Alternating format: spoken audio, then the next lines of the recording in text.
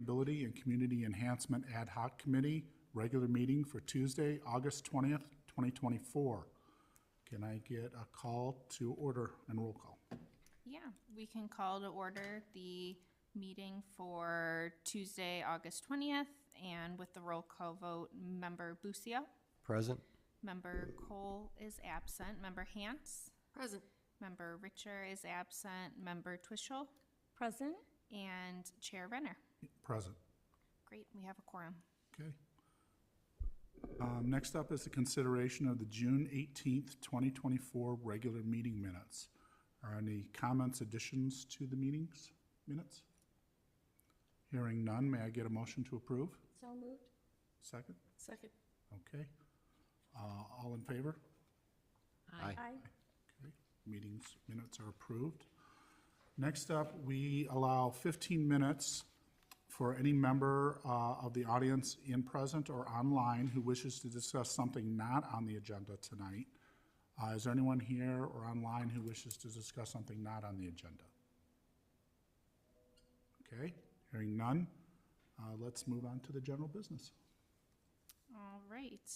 So first up, we have a presentation on the Hefty Renew program. It doesn't look like Catherine is online, unfortunately.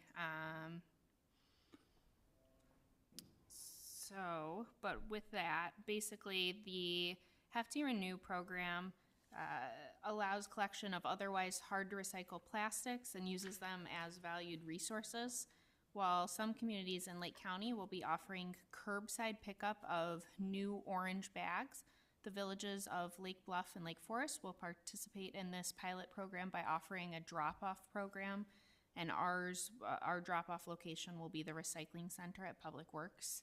And Walter of Swalco is here, and I believe Catherine from the Hefty Renew program. Not that I see on here. I know she was supposed to be present via Zoom to present on the program and answer any questions the SEC may have. Well, I was going to give some introductory remarks, but I can send a quick email.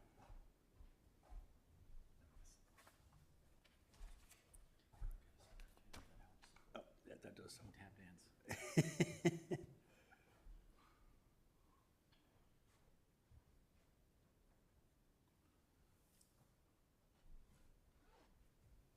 All right.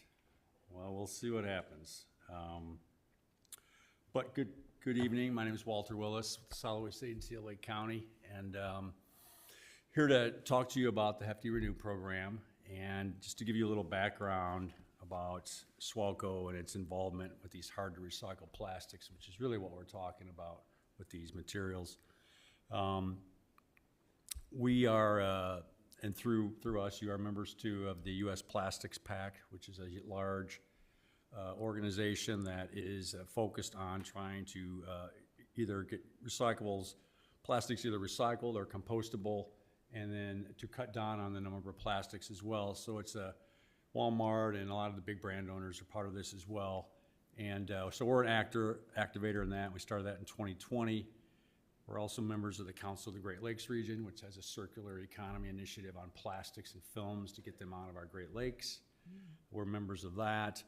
And about 10 months ago, we've been following the Hefty Renew program. It's been around since about 2016. It started in Nebraska.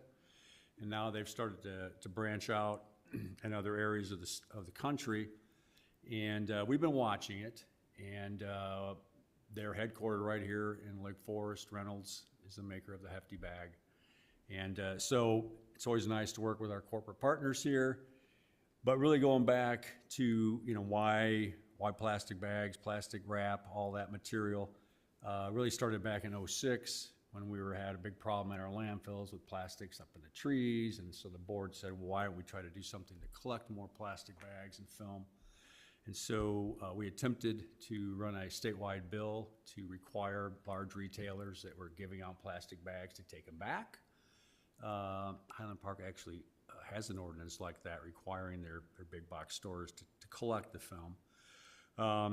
That got pushed back to a statewide, basically a study that we did in Lake County, and we spent a lot of time educating the public, learning more about film, and came up with a recommendation that it would be nice to be able to collect this at the curb, but the recycling plants, the material recovery facilities, don't really like plastic film. It gets all wrapped up in their equipment. They don't have markets for it. It's just a problem for them. So they were like, no, we're not interested in that.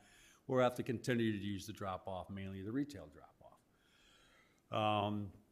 We tried again in 2011 and 2012 to pass a law to require the manufacturers of bags to stand up collection programs much more robust than we had. We made it all the way through both chambers, but the governor vetoed it. And then in 2018 and 19, we also tried to run a legislation to put a fee on bags. The city of Chicago has a fee on bags. That again did not go anywhere because of preemption concerns. The environmental community didn't want individuals or county or municipalities like yourselves being cut off from enacting their own ban ordinances. So long history with it. Now we're back to this original recommendation of it would be nice to be able to get this material at the curb or at more robust drop-offs, which is what you guys are going to be doing. So we're going to have a press release. We're not really going to mention you guys in the press release. Don't feel bad. But Lake Forest and Lake Bluff, you're kind of doing your own thing with your drop-offs, and we don't want other people outside of your villages and city to come in because your drop-offs are mainly for your own residents. We understand that. So you guys are kind of on, with Reynolds' help, with collateral, kind of on your own to publicize the drop-off that you have and where people can buy the hefty Renew bags. So I'm glad Drew had this handy, but this is what it looks like. It's a regular 13-gallon bag, and it's made a little extra thick with the mills so that it'll make it through.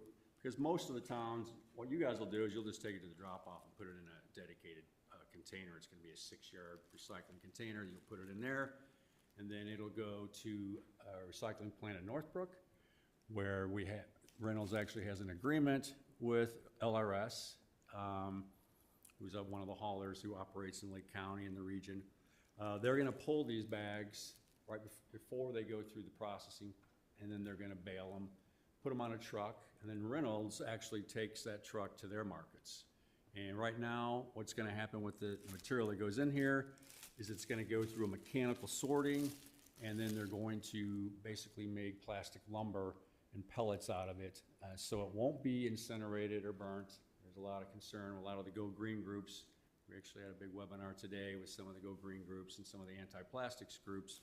A little concerned about this program as far as what's going to happen on the end use. And we've made it very, very clear to Reynolds that we want this to go back into a product. Now the nice thing about this program is a lot of you might collect your film now and your wraps, your bread, your hot dogs, all that kind of stuff, your dry cleaning bags, all that can go to the retail right now. The retail drop-offs that Jewel and others have. The nice thing about this program is it goes way beyond just that film that I'll call plastic film. It gets into, I should have brought some examples, but if any of you buy frozen fruit or anything like that, it's those little pouches. All those pouches can go in. Good handouts here on the do's and don'ts. Thanks, Drew. What would I do without you? And so it's really, and potato chip bags, styrofoam. If you buy meat, the styrofoam tray. Things just need to be fairly clean and dry. You don't have to go crazy with washing things off, but it's going to totally expand what you can put in there. If you buy anything like you buy spinach in the plastic bags now, that can go in there. So a lot of materials that you're now throwing away can go into this bag. And so it'll take you probably about, I've been doing it myself, me and my son, it takes about 3 to 4 weeks to fill this bag. And then you'll start to be amazed about all the materials that you were throwing away that now you can put in this bag.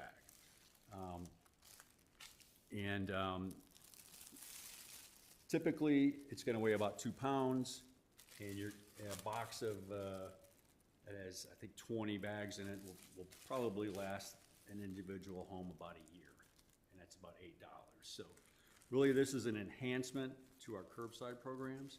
So the goal is to try to get these hard-to-recyclable plastics out of, I'm not discouraging people to put them loose in their cart and put them instead in this bag and take it to the drop-off. And then we'll continue to monitor the success of the program, how often the container is emptied, and we'll get metrics back to you on an ongoing basis on the amounts and then where it's going for end use and markets. And so working with committees like yourself, a lot of this is going to be grassroots and just getting the word out neighbor to neighbor. Hey, did you hear about the Orange Bag Program, the Renew Program?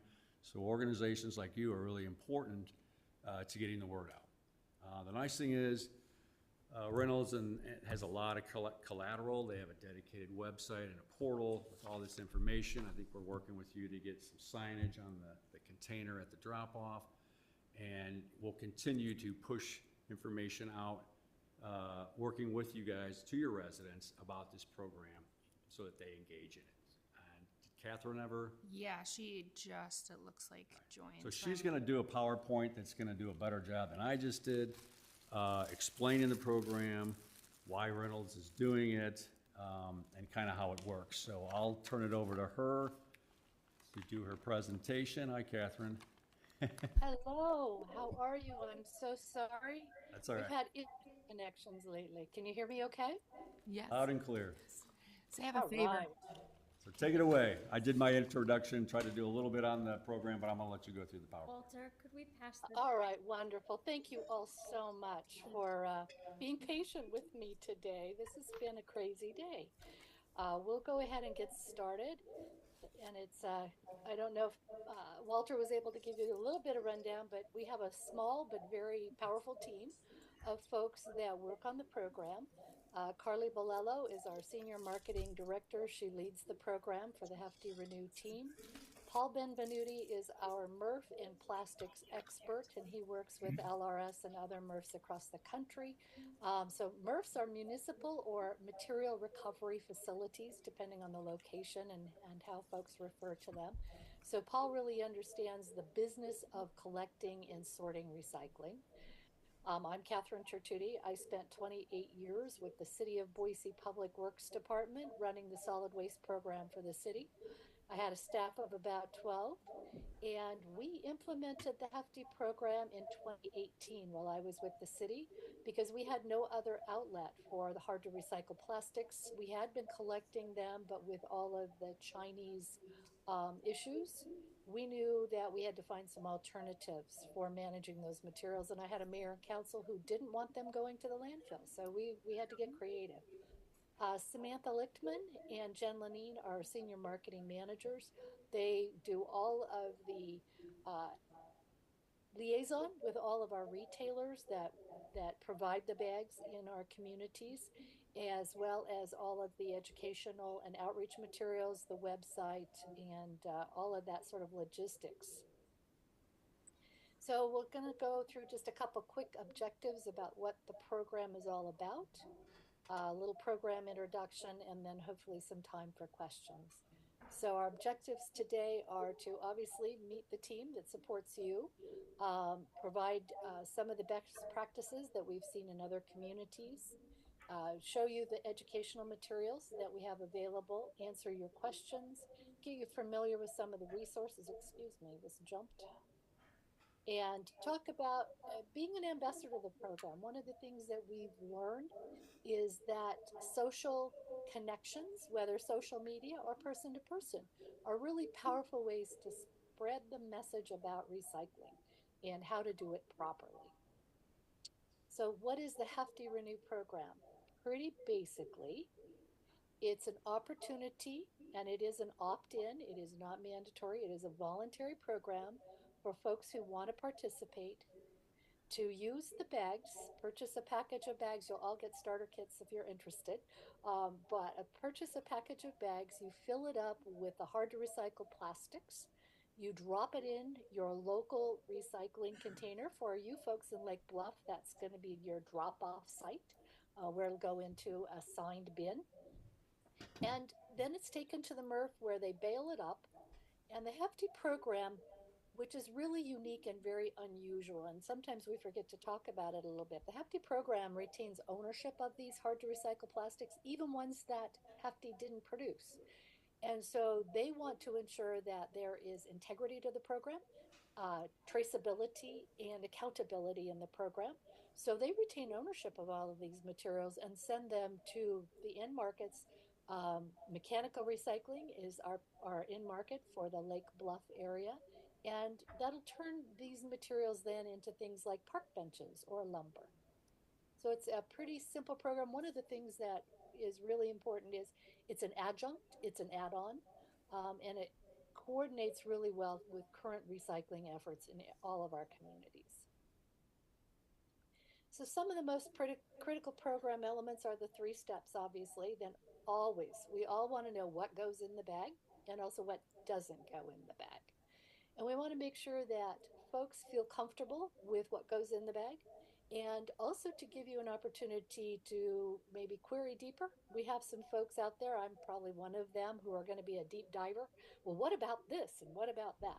And we want to know about all of those materials. But for most folks, we've done the educational materials so that we're not focusing on the numbers, the plastic numbers that everybody seems to be aware of. We're instead looking at images of these products and where you might find these products in your home, the kitchen and pantry, storage and cleaning products, office or shipping supplies. You know, we all are getting a lot of materials shipped to our homes anymore. And then dining and eating materials. And the no list is very important because things like lithium batteries don't belong in any recycling anywhere. And so we want to make sure that folks really do understand those kinds of no's, as well as don't put the normal recycling into your orange bag. We want to focus on these hard to recycle plastics. And then also, you know, as I said before, we want to know that your effort, we all want to feel like our effort for recycling has value and has a positive result. The program does not replace your current recycling program, and the Hefty orange bags are the only bags that go into your recycling, and we ask folks to tie them up tightly. The original bags, I used to call them bunny ears. They were much harder to close, especially if you overfilled them, like folks like me do. Uh, but the new bags with the tie strings are so much easier to close tightly, and so they work very well. And here's kind of a little bit blow up. So we all know that education is critical to recycling success. And the package of bags has printed right on it what goes in the bag. It's also printed on the bag itself. And you can see the little QR code there. So if you see a material that you're unsure about, you could go to that QR code and you can query that material. Let's say you've got a pet food bag, an empty pet food bag, and you don't see it on the list. You can query it from that Hefty Renew website and it'll tell you yes or no. And the answer is yes. Pet food bags can go into the orange bag. Another one I like to point out are the foam egg cartons. Seems like more and more of the eggs are coming in the foam cartons. Those can go in the orange bag.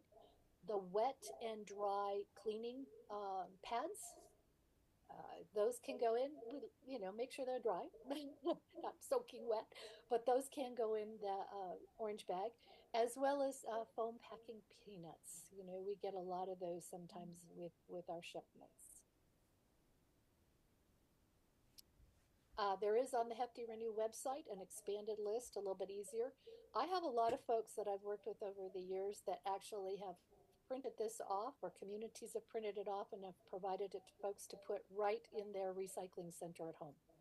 And for my recycling center, I use a 13-gallon garbage can that's lined with the orange bag, and this goes right on the wall above that container. Where are we? What are we doing? Uh, we've collected to date over 2,800 tons of these hard to recycle plastics. And you have to think about this in a little bit different context because that number just doesn't seem real. An average bag in our audits is about 2 pounds of these hard to recycle plastics. We all know they're filmy, they're light, they fly around. Um, You can put a lot of these things right directly into that orange bag and really fill it up. But 2,800 tons of these plastics have been diverted since the program started in 2016. Program started with Omaha, Nebraska with First Star Fiber in 2016. And in 2018, as I said, Boise, Idaho joined the program. Shortly thereafter, Cobb County, Georgia joined the program. And we've expanded since then across the country, including Chattanooga and Tucson, which are drop off programs at this time, working towards becoming curbside. And in the second quarter of 2023, I can talk, we added the Cincinnati, Ohio Valley area with Rumpke as our MRF partner. And we've since expanded across to Dayton and Columbus. Now, you guys, Lake Bluff, Lake Forest, and the greater Chicago North Shore area um, have joined the program this fall. And we continue to work with communities across the country to expand the program. For a long time, it was a matter of uh, finding the finding the markets and finding the communities. And now we've got this really nice balance of we've got a lot of very good in markets for the materials, and the communities are coming on board and getting excited about this opportunity.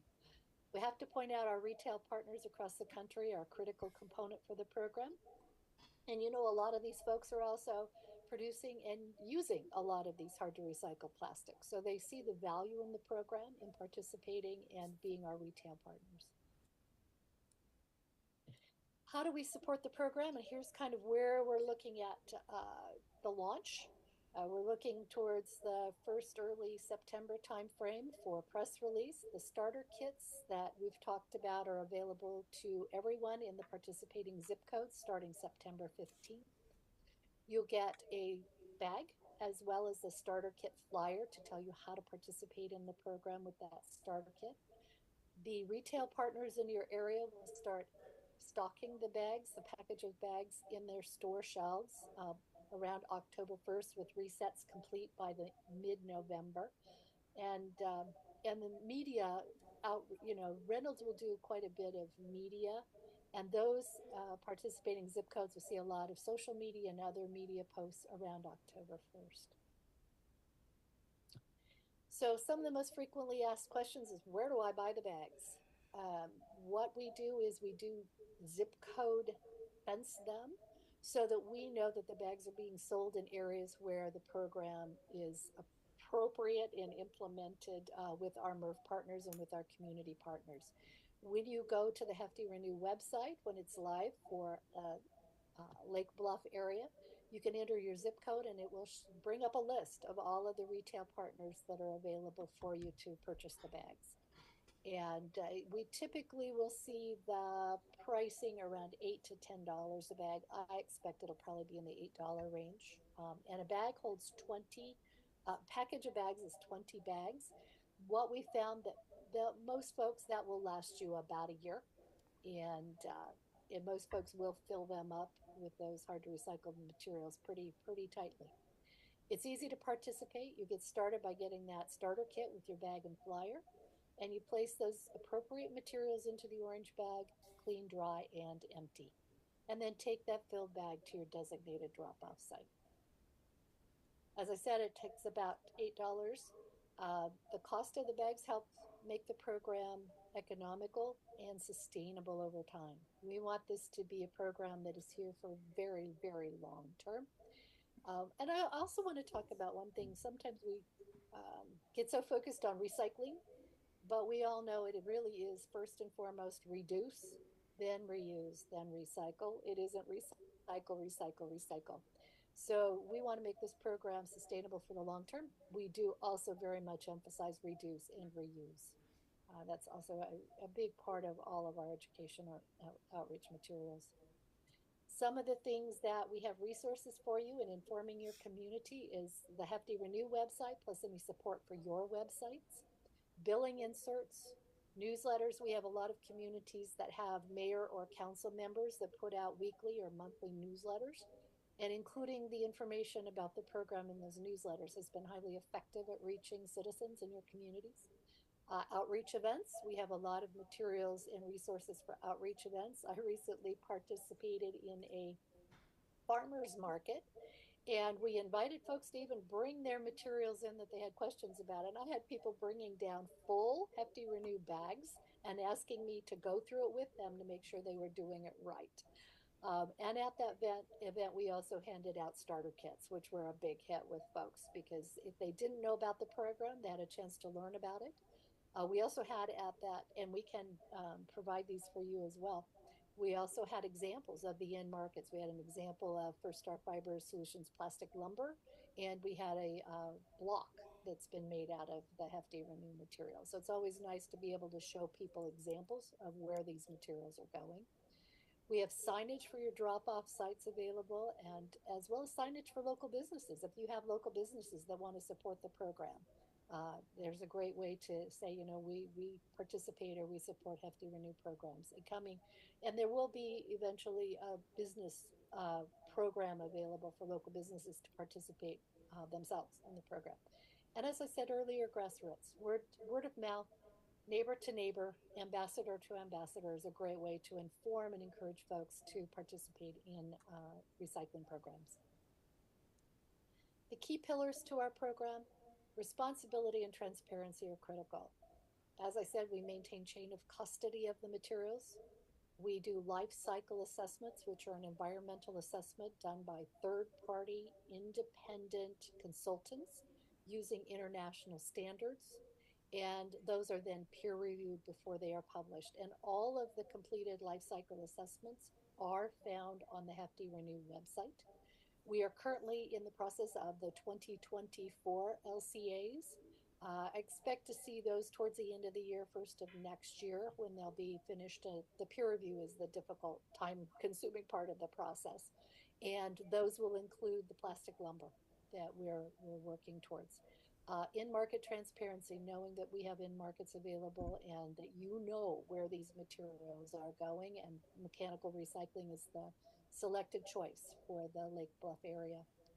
We do a lot of participant research, making sure that citizens know about the program, what they think about the program, how they participate, what concerns they have.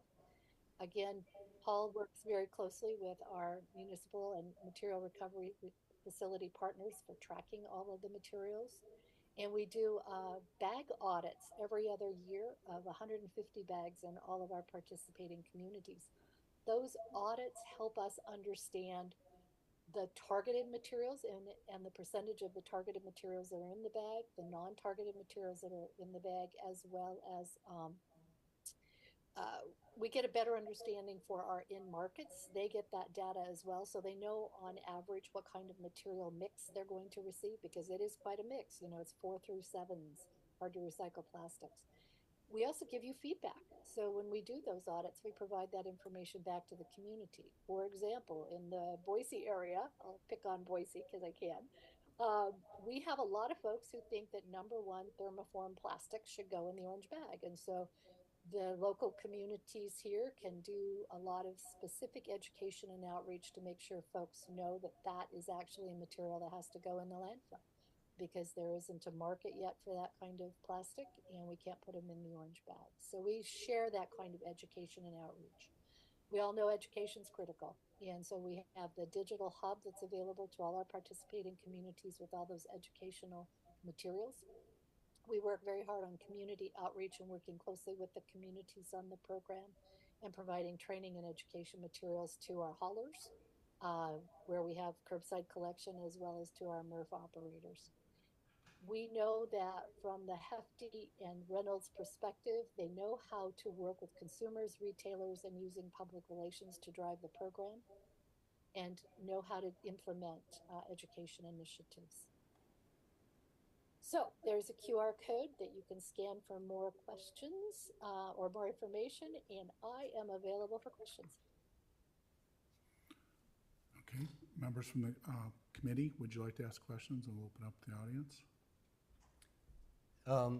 Yes, this is Mike Bushio, and what would it include? I know it includes packing styrofoam like peanuts, but sometimes we get, you know, larger packed things or TVs or things, and they have, you know, these styrofoam corners and stuff that would be too big to put in the bag. Are those, first of all, included, and if so, do you break them up and put them in there? Councilmember, yes, we do recommend that if you can break it up to make it smaller and so that it doesn't break through the bag. We have with that bag audits, we know that the bags are very durable, but we don't want to put ourselves into a situation where we do break a bag. So for larger pieces, we ask folks to break them down. If they're too large to go in the bag, unfortunately, they probably have to be landfilled. Small TVs, if you've got a toaster, where it's kind of packed around a piece of polystyrene foam, definitely those kinds of things can go in the bag with no problem. Okay. Anyone else? I have one question. I'm sure it's on the QR code. I noticed that you've got the plastic, dinnerware, the cups and the forks and things. Where's the proper place for the newer compostable cups and silverware that I see in the stores? Well, I would direct you to your local composting program because some folks can take that material in their compost program, others cannot. We found the city of Boise had a very successful composting program that I started. We tested it out. The plates, the compostable plates, worked well in the compost program because they shredded up nicely and they composted well. But we found that the compostable silverware did not compost at all. And that was a pretty consistent issue across the country with a lot of composting programs. So I think you need to reach out to your compost facility and find out how well those work in their system. Different systems can handle them differently. But we definitely do not want those kinds of compostable materials in the Hefty Renew bags. Thank you. Chair Renner. In Lake Bluff right now, our composting third party is not taking those items, so it's in the garbage still here. Okay, thank you. Unless you can compost them at home, I mean, that's your choice if you're doing it at home, but in ours. Right now, it's fancy garbage. And Okay. I don't know if any other any group in Lake County business is taking them. I'm thinking of Way West, that organics, that guy. No, nobody really wants, I mean, if it's fiber-based plates or cups or Sure. wooden spoons, that's fine, but if it's the bio-based, Corn silk or whatever they call it. just Yeah, doesn't break down fast enough. that's interesting to know. Okay, thank you. I did think of one more question. We get so many things sent to our homes, and they're always taped. Is that tape, we recycle, now we can recycle the styrofoam, we can recycle the cardboard, but the tape, the packing tape, is that something that would go in the orange bag?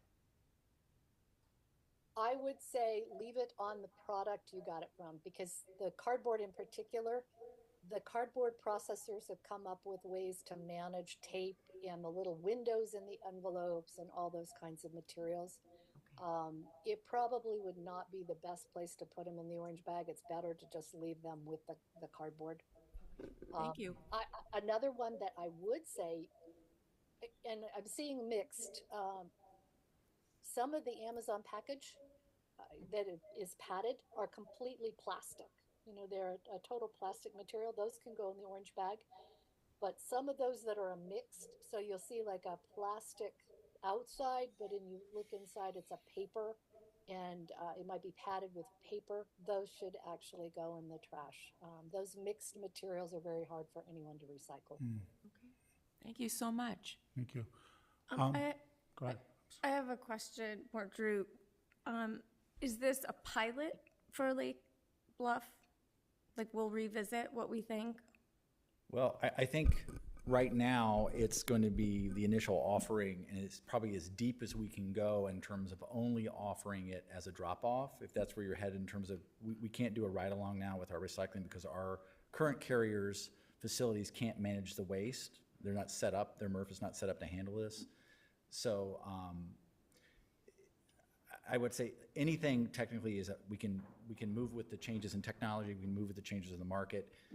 This was a very inexpensive venture for the village. This is really going to cost us only $1,200 a year at this point. And so we probably will end up spending more in marketing, on sending out stamps and mailers in this. So it's a very, very inexpensive way to add another way to keep materials out of the landfill.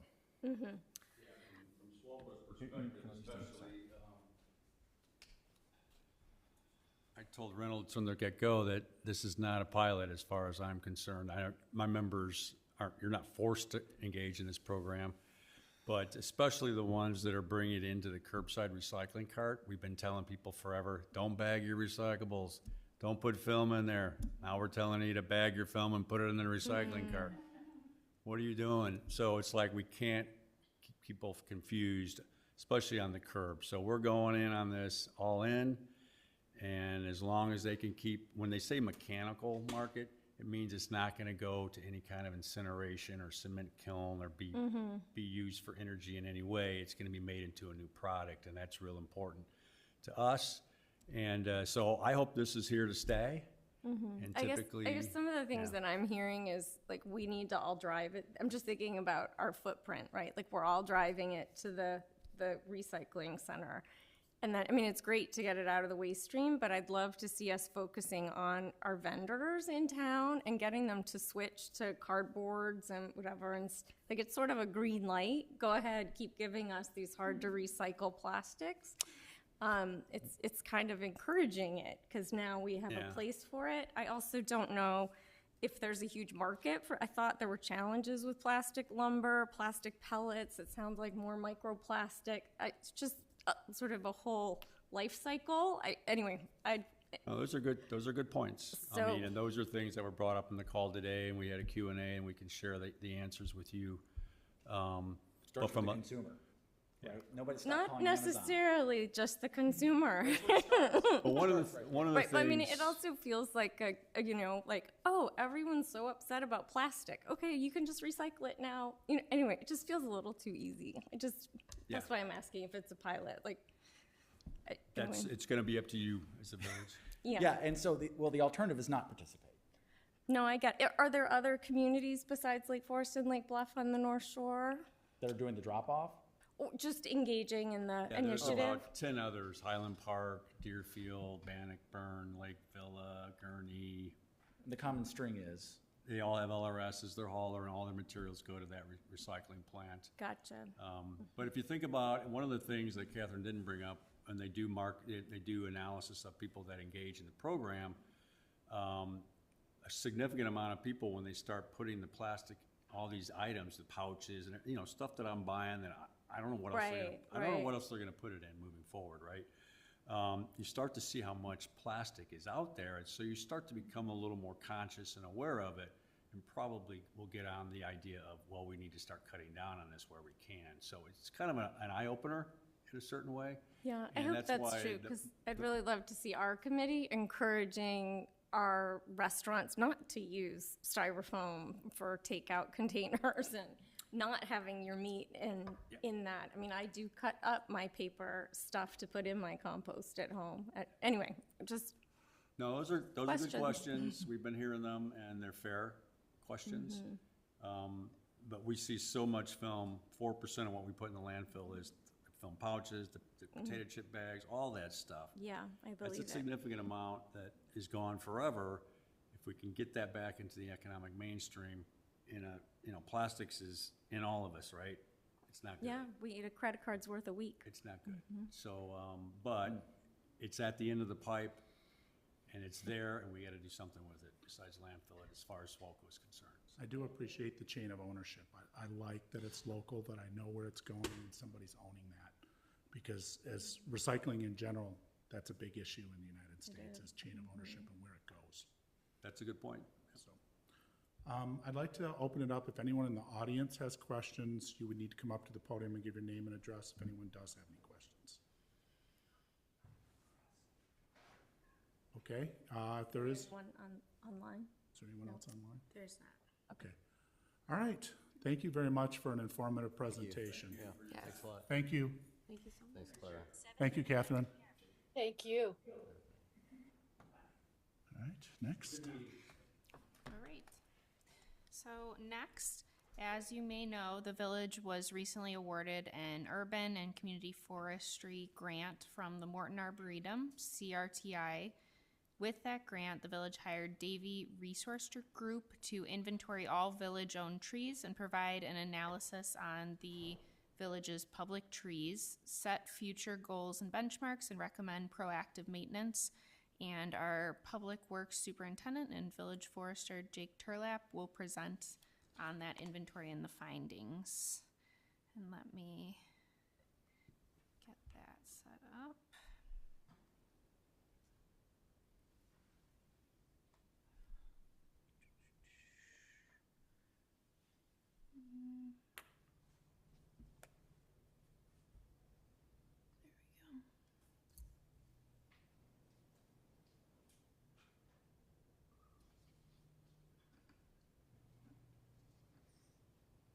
Okay. Well, how's everybody doing tonight? I know that first slide, Clara kind of just said it right there on the first slide, but in early 2023, when we got the grant, one of the biggest things personally for me was that we were going to be able to update the inventory. Now, we had an inventory prior to the start of this program, but it was hard to keep up with, and it was time for an update, and a very important update. And it also helped us really well with to communicate with the public that we have the tree tags out there now. So when I get a phone call, I don't just get the I live at this address and this tree. You know, I can get a lot now. Any email or phone call I'm getting now is I'm getting a tag number too, which is great, which is very helpful because I have information. Honestly, I get to kind of do it from, you know, the fingertips. I get to look at it from the desktop first before going out and putting eyes on it. All right, in our street tree analysis summary, talking about our stocking levels of trees in the right-of-way, our stocking levels at 96%. And this is a snapshot in time when they did this. When they completed this, it was early spring. So it is a snapshot in time. Things have changed since then, but not a lot. So we had 4,500 street and park trees, about 166 available planting sites at that time. There's a few stumps out there, about 1,500 more trees, 1,600 more trees in the natural areas, about 6,300 trees total. See, the 3 stumps there, those have been taken care of by now. You know, so like I said, it's kind of a snapshot in time. Maybe it's a tree that had been removed and we hadn't got to the stump yet. And in all honesty, it could be one we forgot. And some of the benefits of all these trees, you know, it's avoided stormwater runoff, helps with air pollution and carbon sequester. And you know, I think that's one of the things where we keep going with our inventory and planting and reforestation. So Jake, just to clarify, that 96% means of the available place where we could have trees, 96% has trees. Yes. Okay, thank you.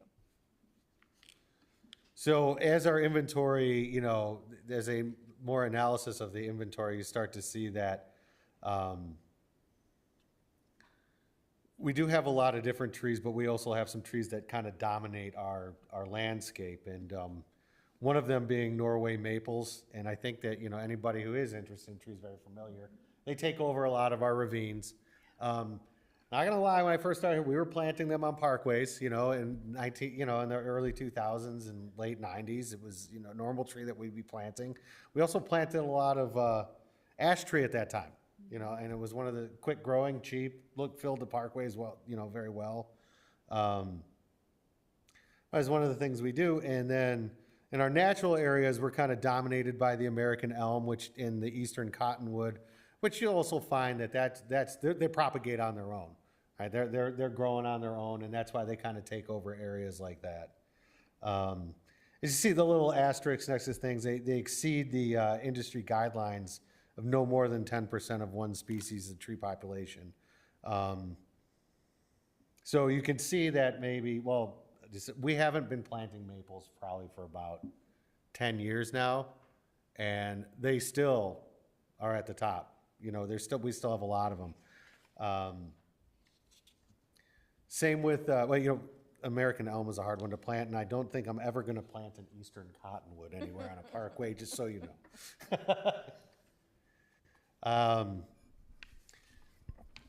So on the next one, You know, Jake, before you go any further, I have a question. What is the definition of natural area?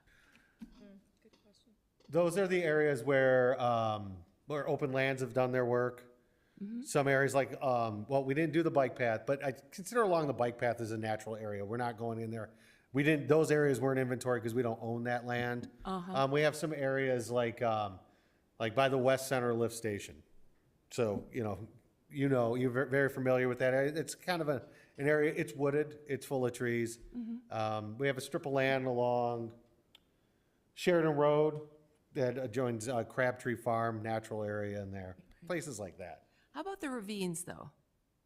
So we don't own all the ravines. We only own certain portions of ravines. I see. And so that's where we did, a good example of that area is where the roads would go through across Sylvan. Since we had right of way there, we had those areas inventoried, and we were picking up a lot of Norway maple in there. It's, Yeah. yeah. I know. So, I mean, but yeah, not all the ravines are owned by the Village of Lake Bluff, I so was not just- inventoried by the. So this study is about land that's owned by Lake Bluff. Correct. Gotcha. So currently, in the current inventory, they recognize about 88 different species of trees. One of the interesting things, and this is something that I really didn't know, and I don't even really think I paid much attention to in the beginning, but the age dispersion, the distribution of age. With 30% of young trees compared to a 40% industry guideline, which we're close, right? I mean, off by 10%. But the 14% were mature trees, with the 10% industry guidelines. So now we're not going to go out and cut down some mature trees just to get in balance here.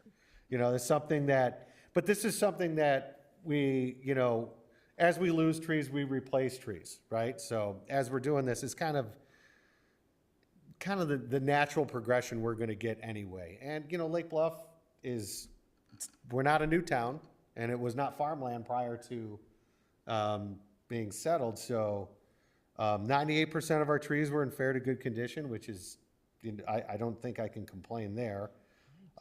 Pest susceptibility. There's always concerns about pest susceptibility. Sorry about the pronunciation there. That is one of the things that, if something hits hard, we'd probably have a consultant and, work on that. But, you read through, you've heard of some of these things like the spotted lanternfly. You may have read about it right now. Not noted in our area. The Asian longhorn beetle, we had early 2000s, a little bit in Cook County.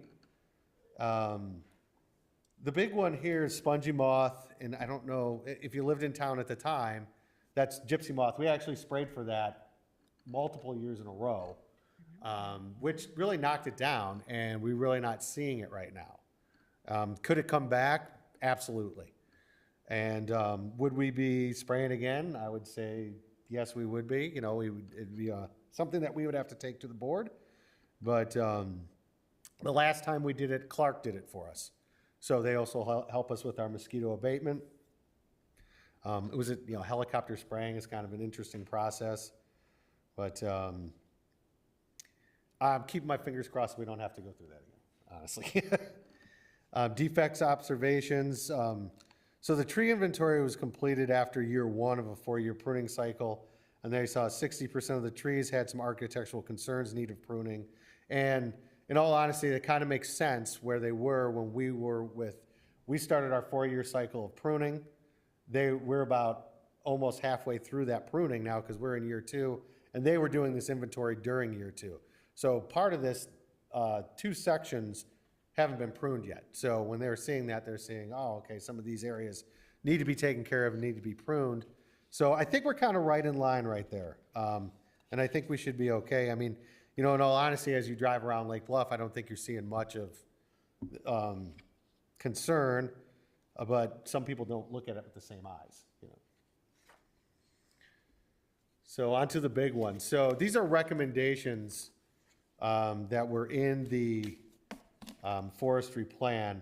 Now, I'm not going to read every recommendation and go over every one for each one of these bullet points. Now, you had species and genus diversity, and I think that kind of speaks for itself. We don't want to create a monoculture in Lake Bluff. I mean, it's a pretty simple, concept. We saw it with Emerald Ash Borer when we had to take down a lot of trees, and, you know, we still have ash trees in Lake Bluff that we're maintaining and treating. Some will propagate on their own. I personally think it's gonna be kind of like the elm trees in the future. Like, they're gonna be here, and some are gonna be susceptible, some are gonna make it, you know. But, you know, we'll see as that goes along. And pest susceptibility, I know is something I just touched on recently. Again, you know, we're not gonna start planting trees that we know, like, something's on the horizon. We're not gonna start, you know, planting trees that are gonna be susceptible to certain pests.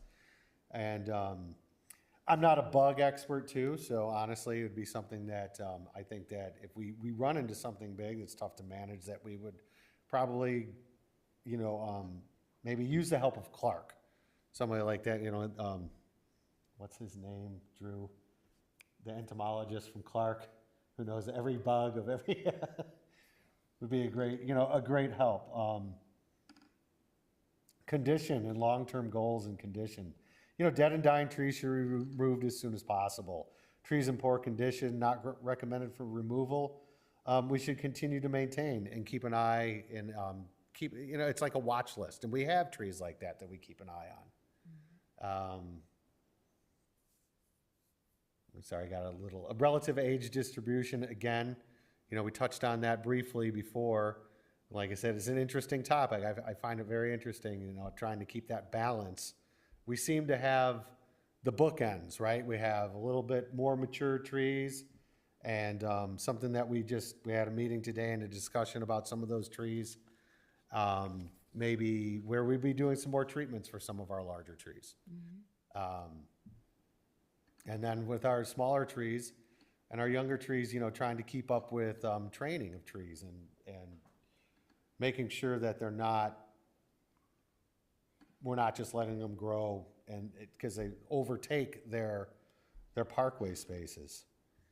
In our natural areas, I think, you know, I'm going to leave that up to open lands, to be honest with you. You know, some of our, you know, they do a great job in some of our natural areas. And some of our natural areas, unless there's something in there, honestly, that's like of a true big hazard, it is kind of those areas that we just keep an eye on. And, you know, and honestly, you know, people walk through and enjoy. Some people don't want to see a perfect area. Tree benefits and outreach. I think that a lot of our tree benefits, I think, you know, we also touched on stormwater runoff, shade. Truth is, Lake Bluff looks nice with a lot of trees. Outreach is continuing ed, and I know that, you know, Mickey, you and your group, I mean, you know, you guys are on it, right? And I can't say Marietta hasn't done anything in this town before. And, with, you know, and open lands too, and some of those things that are great, you know, that this town has and that we can kind of lean on for help. Routine maintenance. So right now, again, we just completed year 2 of a 4-year cycle, and Davey's recommending a 5-year cycle, trying to touch, you know, a 1/5 of the trees every year. So after we complete this, we'll start to develop the 5-year cycle, which would be, again, beneficial just to keep on these trees and to keep on top of it and not let it get to where we, you know, we don't want to struggle with trying to keep up with maintenance.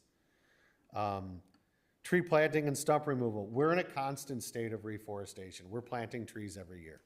We're always going to be planting trees. I don't think we're ever going to get to a point where, let's just take the year off. I don't think that's going to happen. And stump removal is, you know, that goes hand in hand with our tree removals. They don't get, you know, just so you know, we don't remove the stumps immediately. Sometimes they will sit for a while. But one of the things I always say is, like, once the tree is gone, the stump is not a hazard, is no longer a hazard. It's just unsightly for a little while. And I think that's about it. If anybody has any questions. We'll open it up to the committee. Yeah, good. Jake, thanks so much. That was really good. Do we do anything to nurture our legacy trees, the oaks, which are, kind of our big natives here. And we've got some beautiful large specimens here in the village. And I know on our private property, we invest in feedings and other nutrients and pest control things to try and keep some of the older ones going. Currently, we're doing that with about 10 trees right now, and again, we had a meeting today with, we've been using Clean Cut, is our current, he's kind of our guy who's been helping us with all our treatments, and we engaged him today to talk about maybe more areas, how far we should really go with it. And so we are gonna look at more areas, more high-vis areas, and also, some of our larger, which, people would call a heritage tree, that we can hopefully preserve.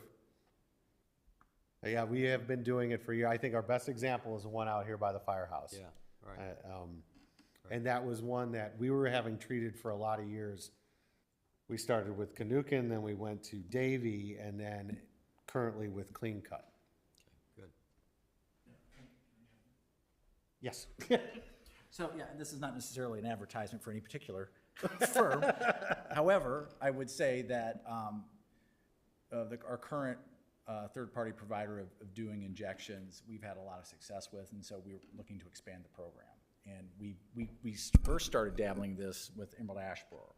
There's a lot of large trees we're trying to save, and it doesn't always work, right? And we had this long conversation today about it with, trees are like humans. You spend a lot of time at the beginning of life and the end of life. And sometimes those treatments help and sustain, or keep things moving along, but sometimes they don't.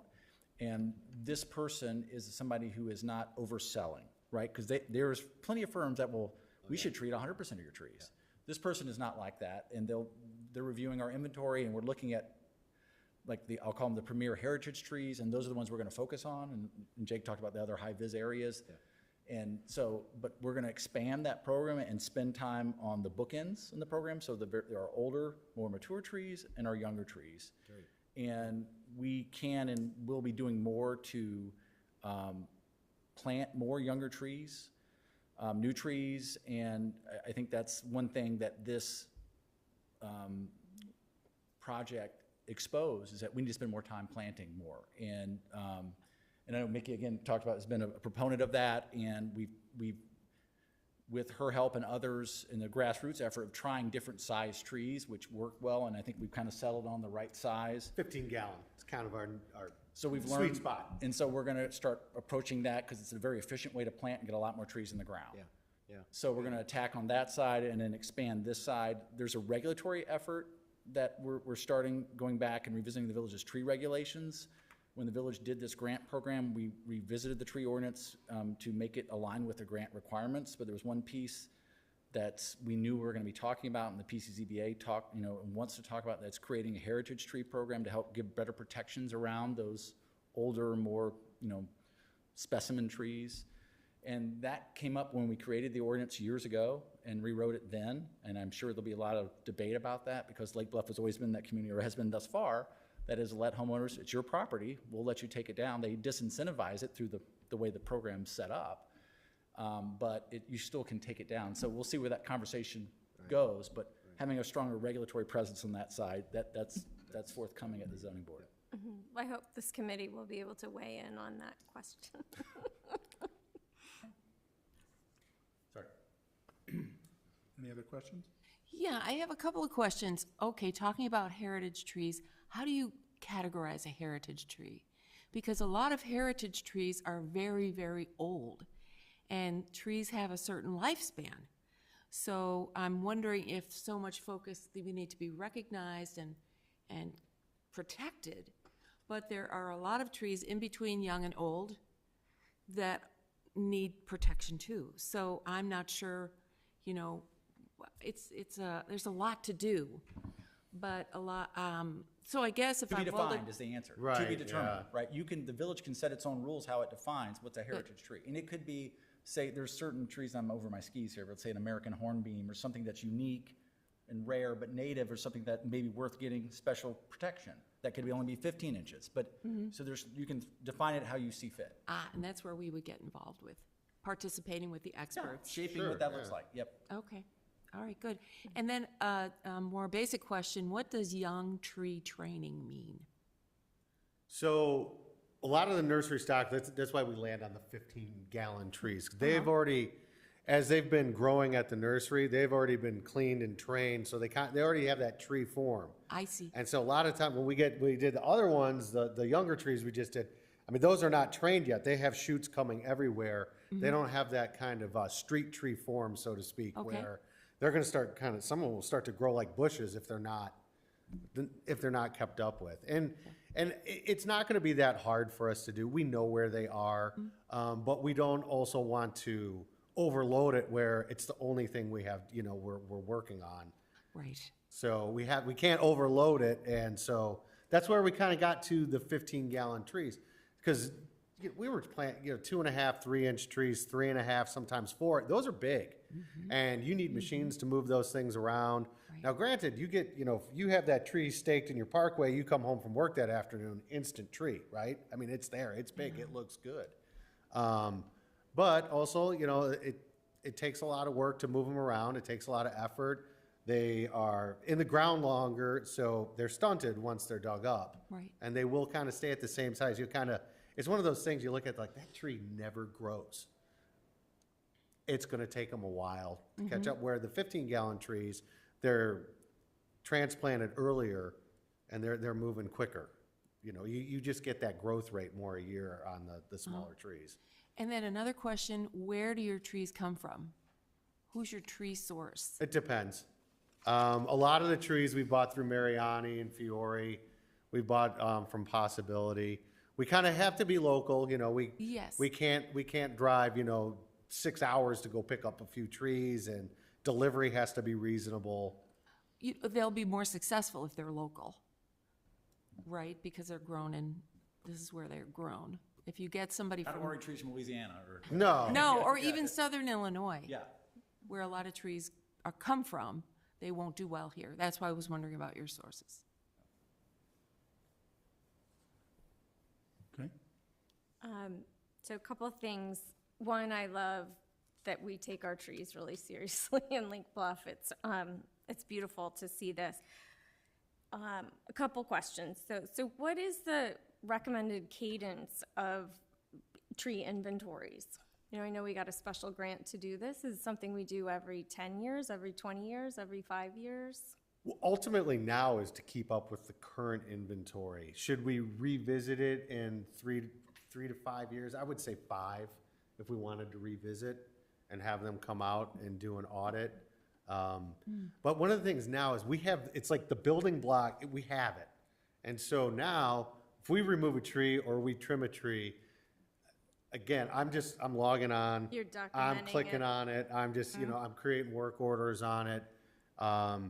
Before, I think I've mentioned this before, we had an access database, which was, I don't even know, like if you buy a computer, you're not They're getting not that supporting anymore. it anymore. Yeah, so, and it was one of the things, like I had the keys to the kingdom on that. I could run the whole program all the time, but the next person could not. Right. And if somebody was even entering data, it was like I couldn't walk away from the office because oh no, don't click that.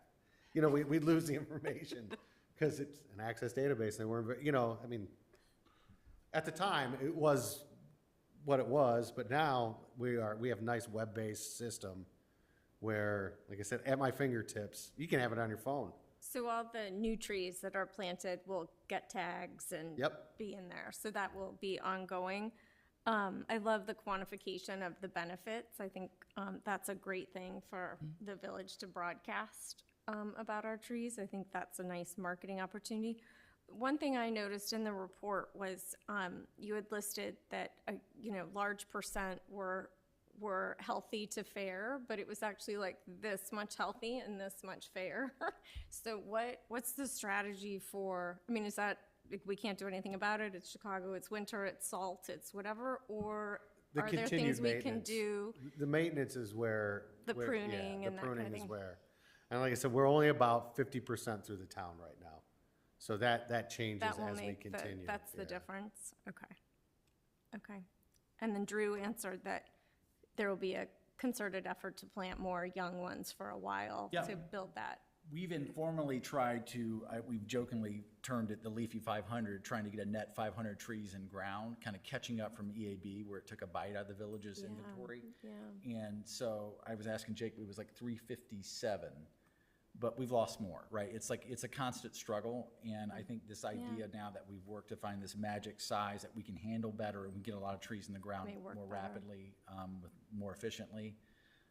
Because like, getting these other big, we're not going to stop putting in the big trees per se, but they just take 3 people. It's much more labor. The other person, like we pre-dig holes and you can get in the. Sometimes we gotta go get another machine, bring it out, and then bring it back, because Right, we it's don't just need to keep. less all- yeah, efficient yeah. and get similar outcomes, so, yeah.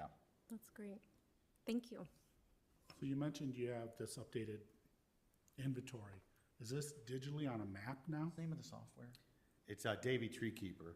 And aren't the tree, I don't want to say the tags are not redundant, but they're all geolocated, yes, all the trees? Yeah. Yeah. So is this on like a map? Is that available to the public? I would love to walk around and find all the heritage trees and go on a walking tour. and- That is, Great idea. I think it can be front-facing on the village's web. I think it can. I haven't gotten that answer yet. I don't see why it couldn't be, because there is, like, if somebody, like a contractor is gonna work, hey, we need the tree inventory of that house. I can grant them access to look at it in a read-only kind of system. And it's one of the things when the first, like, I don't know if you ever opened it, but when you open it, one of the first things that comes up with the benefits, and this is the money saved on the trees, and this is the, the kind of the runoff and the stormwater, and so I think it's almost designed to be front-facing for the public to see. Now, again, it would just be something you could click on, check things out. I think it can. I mean, I'm not positive. I think it's just an email I gotta send out to Alex Foreman at Davy and see if it's a possibility. As a small focus group, do you think that's beneficial in some way? I mean, if you had certain rare trees, like there was only 6 of something and it was very rare, I would love to know where those are and go on a tour and see. oh, Did you I like- know, take An that database to arbor. create, yeah. An Arbor Day celebration. Yes. Something. That's fun. Or even just to see on a map and click on, maples. Oh, they're all in this area, or they're scattered here and here. They're everywhere. Oh, and here's, well, I know, but Yeah, certain yeah. species might be grouped in certain Yeah. areas. It might be just interesting to learn. Yeah. So, That would be, I think, front-facing. I don't know how many queries the public would be able to hit it. I think it'd be more of like, it'd be open, and you could kind of zoom in, maybe, where your house or certain areas. okay, It's dots. even that would be good. Or even to categorize it, like you said, if there's a definition of heritage tree, and you could have a question, do you want to see where the heritage trees are? And that could be loaded instead of somebody just Right. looking around. Something to consider. Yeah, you know, it's nice to have. down the road. Down the road. It's down the road. And then tree keeper was a Davy term. Like, it's not that we don't have a volunteer corps like Open Lands has in the city of tree keepers. Correct. I think It's a that's the Davy brand thing. of Yeah. the software, but that is portable data that we can. Got we it. Find a Okay. different product we like, we can take that, all our data and move it. Okay. Thank you. I'd like to open it up to the public if anyone has any questions about this program. If not, if you do, come up to the podium and give your name and address, please.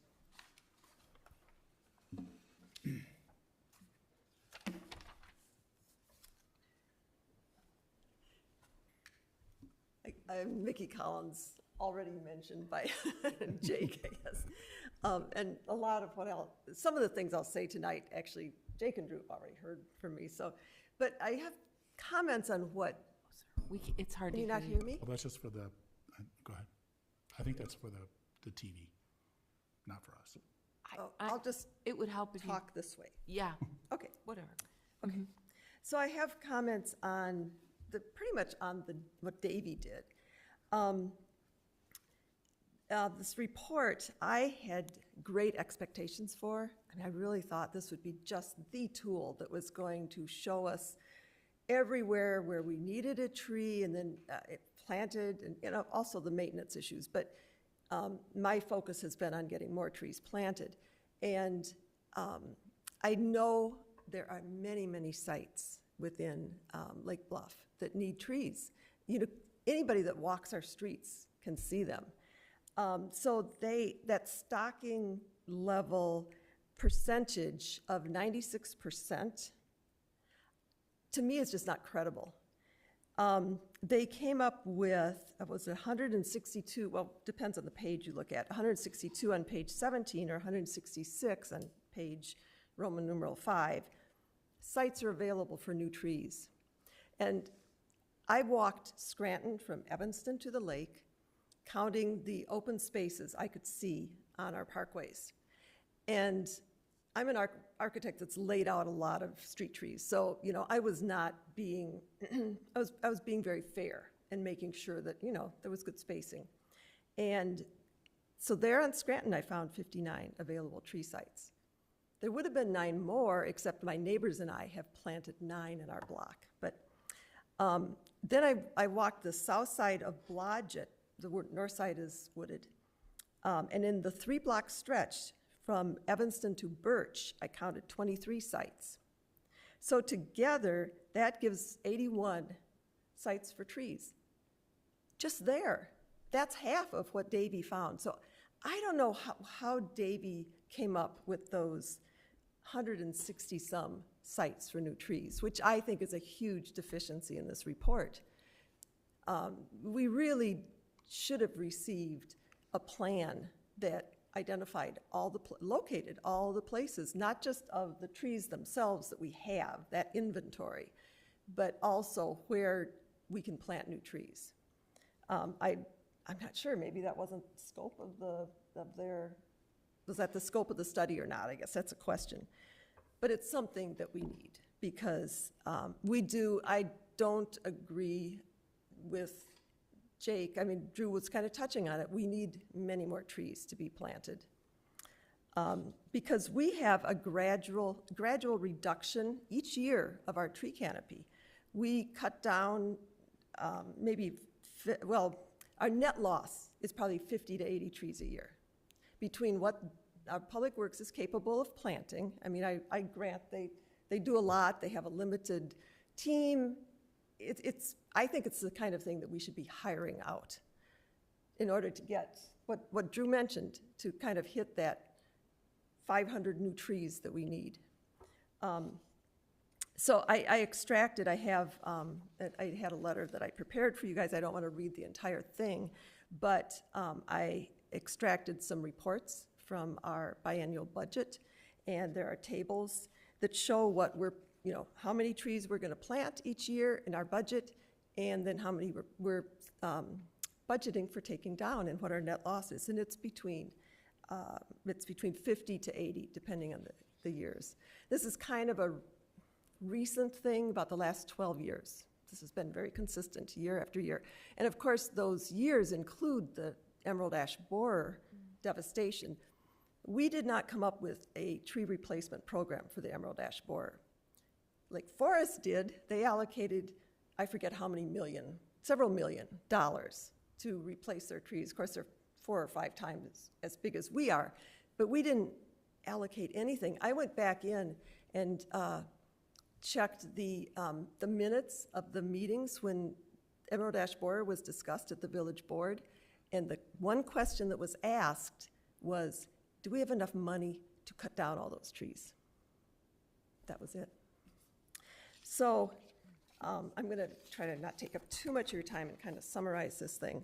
But the other issue I have, sorry, did somebody have a question? No. Okay. Just clearing my throat.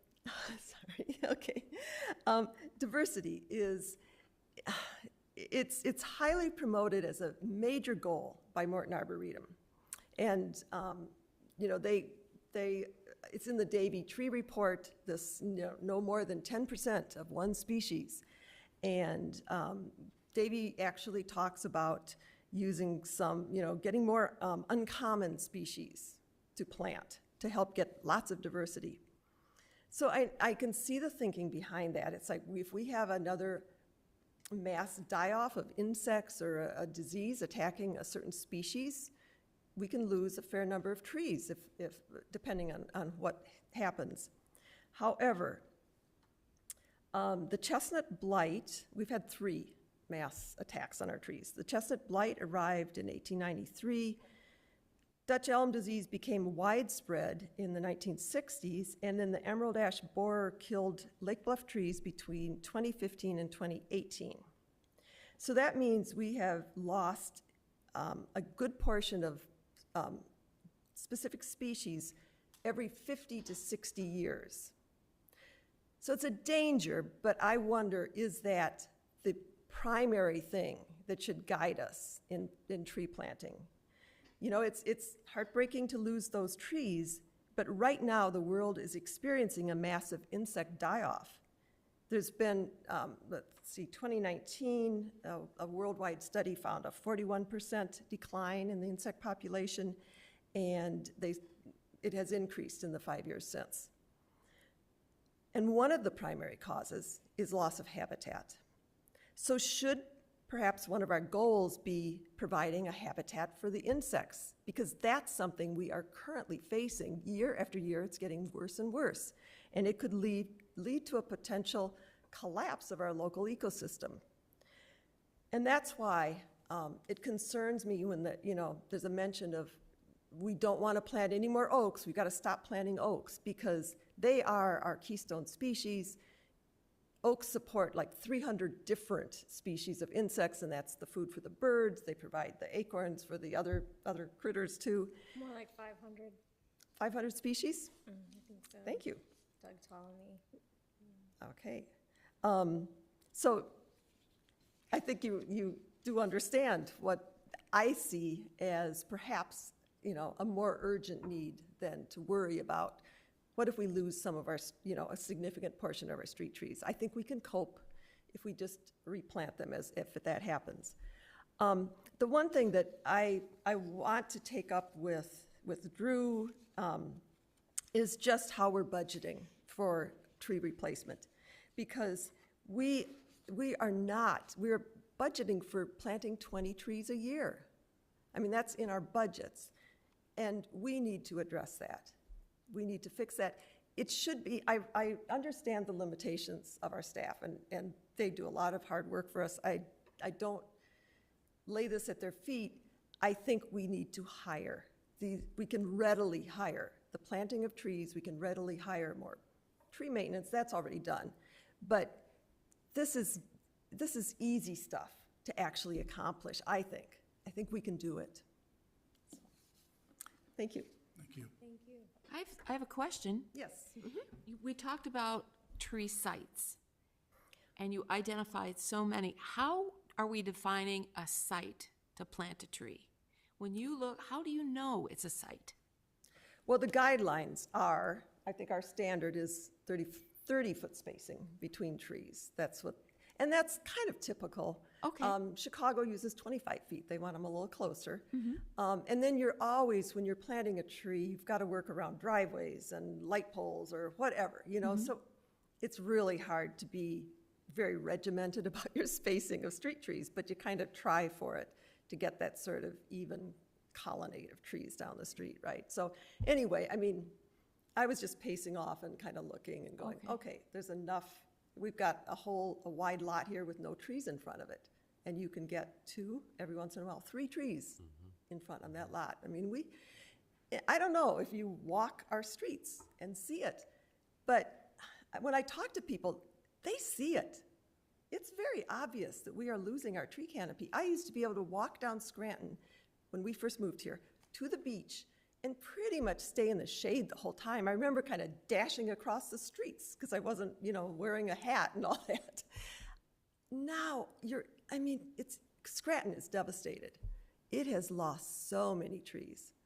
And it's not it's one of the worst, I think, but it's not the only street. There are many others. Some streets are in fairly good shape. But when I walk around, it's my geeky thing to do. I walk around and I just kind of count on a block how many spots there are for trees. I rarely find a block that doesn't need 5 trees or couldn't use. I mean, it's okay to have a spot without a tree, I guess, but we have sites where we could plant trees at least if we were serious about it. And we're talking about the public right-of-way, correct? Yes. The Yes, parkways. the parkways, So right. if there's home lawn sidewalk. It's on the other side of the sidewalk between the sidewalk and the street. Yeah, I mean, there are some trees that are found in people's front yards, and they do contribute to that tree canopy. I mean, that's wonderful. And some streets, a fair number of people, you can see where people have planted a lot of trees in their yards, and that's all wonderful. But the parkways give character to our town. I mean, that's what makes you see a street and it has the tree canopy kind of shading it. And that really, I mean, there's data that it supports real estate values. A lot of things that aren't mentioned in the Davy report, so. So, a question for maybe Jake or Drew along the lines of Mickey is if a neighbor has one of those open spots on their parkway, can they plant the tree on their own in that space?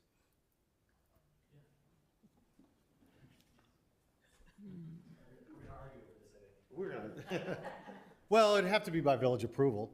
Okay. You know, now when we're talking about some of the spacing of the trees, this report was based on 30-foot centers, also taking into account line of sight, utilities, street signs. That was the criteria that they base it off of. Okay, Right, that's what I was mean, wondering. we don't know when you see an open patch of land, if you can dig there. Well, I mean, it can kind of utilities, dig anywhere, but it's not. gas yeah, lines, right. electric lines, telecommunications. As an architect, you know you just can't start digging. You gotta call Julie, you gotta do an underground utility map. And you don't want people just digging anywhere. No, but I'm just wondering The answer is yes, there's a permit process for that. yeah. And So you'd that have, we you'd make have to sure get that it's Julie, counted. you'd have to get all that, but, in the last, village or city we lived in, our neighborhood, we had a tree planting program every year where residents could buy a tree at a discount. 50 years. Yeah, and we sequestered Boy Scouts to have planting days as part of their merit badges. And we would plant 50 trees in a day with a crew of doing that. And so, I mean, there's some creative ways that you can increase the population without having to maybe depend on the budget. It would have to be coordinated, Jake, with your team and spaces and all that, but if there is budget restrictions and manpower restrictions, there's other ways to crack this that we could pursue if there was compatibility with the village's plans. Yeah, I've done that. I've asked for a tree and I paid for it. Yeah. With the village and shared that. Yeah. So, have you done that? Have you asked the village to plan? He lives in a forest. He doesn't have any room on his parkway. I don't have any room for But it's You a got great, it all it's a working great against program. So last fall, we were trying to do some of those programs, and the village had a call to volunteers to come Yeah. help us plant. Yeah. Mickey, myself, and 3 Public Works, we put 48 trees in the ground Yeah, in sure. 3 hours, but they were pre-dug, and they were the smaller trees. That's But great. that happened, That's great. Lobola was gonna do it the weekend before, they got rained out, they bumped it to our Saturday, so we had a conflict with volunteers. Oh, okay. So, Okay. but that's been done from time to time. Yeah, I know. We Yeah, did you that can on make the a golf splash that course way and for stuff sure. like that. Yeah. Yeah, okay. Okay, so I have another question relating to something Mickey said about how trees relate to insect population. And I'm wondering if habitat for insects is under that benefits of trees, because we talked about carbon sequestration, stormwater management, temperature control, shade, that kind of thing. If it's not there, could we have habitat as one of the benefits? I'm feeling a Bug City USA sign Yeah. being put up I'll do somewhere. bugs. I mean, that's why a lot of us plant the trees. I don't think it's in, I don't think that's considered, I mean, I think there's some general comments about habitat for for other species. I don't think that's in that. Probably not, but can we put it in? I mean, the village would have to, I don't know if that's in Davy's wheelhouse per se. I think that may be a different group. Well, that might be a different group. Yeah. That we could come forward and say, May these are the dovetail trees. into our Bird City USA. Exactly, that's what it does. We're promoting If we- bug predators for the record. Yes, but you see what I'm We want to saying? keep the bugs off the trees so they don't kill them. There's a way to fit that in with everything we're doing with Tree City USA and looking at benefits of trees, if we open up that idea to, this is a real important benefit. You know, we'll go back to the Morton Arboretum and talk, and they'll be able to point us in the right direction. Yeah. We also know that the ecosystem is changing and the climate is changing. Yes. So we have to look at that when we're doing master Yes. planning. And- Understood, but that's, I think we need And to. the insects might change as well. Yeah, but we need to bring that into the conversation. Right. Because as Mickey said, oaks are the keystone species. Hundreds and hundreds of insects rely on oak trees for life. And then the birds eat the insects that the oak trees support, and that gets to our Tree City USA. So I don't know where we go with it, but I think it's important for the record and for our viewing audience at home to know that that's something that we can factor into the big picture. Yeah, and I think Davey talked about that the village should focus its natural tree plantings in its natural areas. I mean, that's connected, it's not directly related, but the idea is that we have areas, and I think we have more, I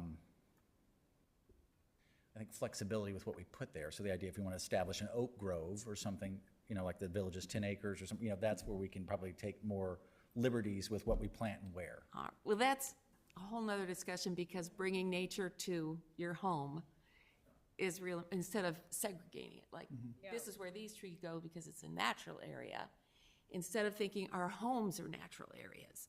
So let's, you know, that's another conversation, but that's a mindset that we're trying to promote, is that it's not like nature's over there and we live here. It's everywhere. So how can we incorporate that?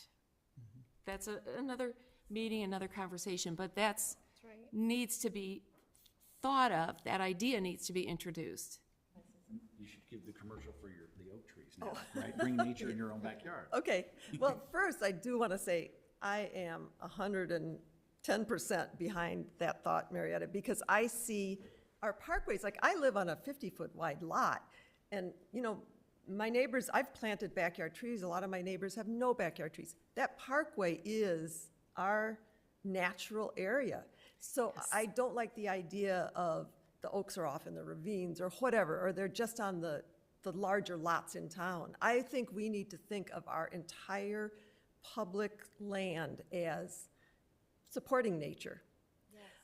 So Drew wants me to make a little pitch for my oak tree sale. Yes. So 2 years ago, a few friends and I gathered up acorns from below what we're calling now heritage trees, I guess. We looked for trees that were like big, you know, you can estimate their age, they predate settlement. Right. So we gathered these acorns and took them to Majestic Oaks, which is it's in McHenry County. So it's nearby, it's like a 40-minute drive from here.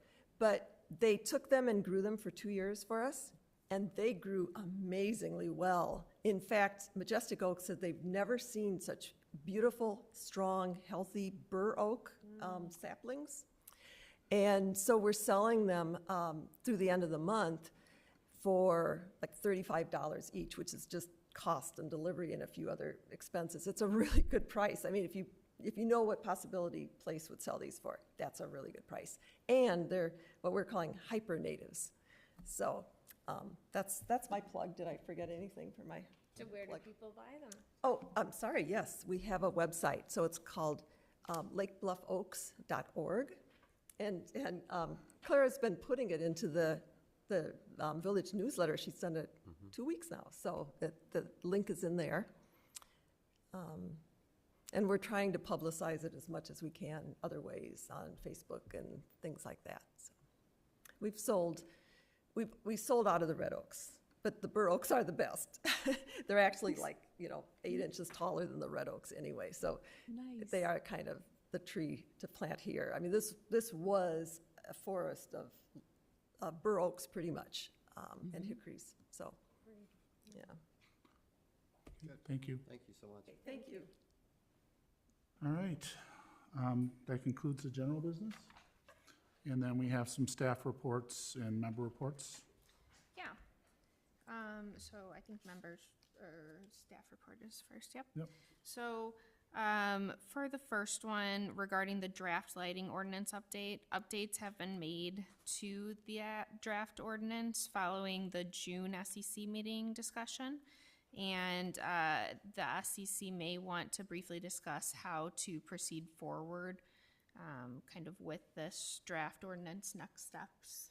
Yeah, I think we were talking a little bit that what we need to do is look at the comments that were incorporated, see what's remaining, and then maybe target a full meeting just to go over the last changes that we want. And remember that this is, like a lot of our ordinances like this could go in and it's gonna be a live ordinance. It's not gonna be, okay, it's done for the next 2-3 years. It could go into the village board, get their comments, come back, or we'll go to the village board and get their comments, and it may go in as a certain level of ordinance, then come back after a year or two. So I think for us on the committee, take this document back, take a good look at it, and then be prepared for our next scheduled meeting. And I know that you may want to look at a different date when you're available, because I know you were heavily involved. Yes. So just with that, well, does anyone else have anything to mention with the? I would say as long as the public knows that that's the meeting where we're going to be discussing the lighting ordinance, so the word gets out. So we have, I mean, when we did the gas leaf blower ban, the whole gallery was full because everyone knew we were going to be talking about it. So that, may be understood, but just to put a finer point on it, that the public knows that we're going to be talking. Maybe do a little extra promoting. Okay. All right, members' reports? Anything to add? Nope. Okay, chair report, nothing on mine. Can I get a motion to adjourn? So moved. Second? All right, all in favor? Aye. Aye. Couldn't leave it, was too dramatic. No, the tree, everything, it was too important to go. Oh, hi.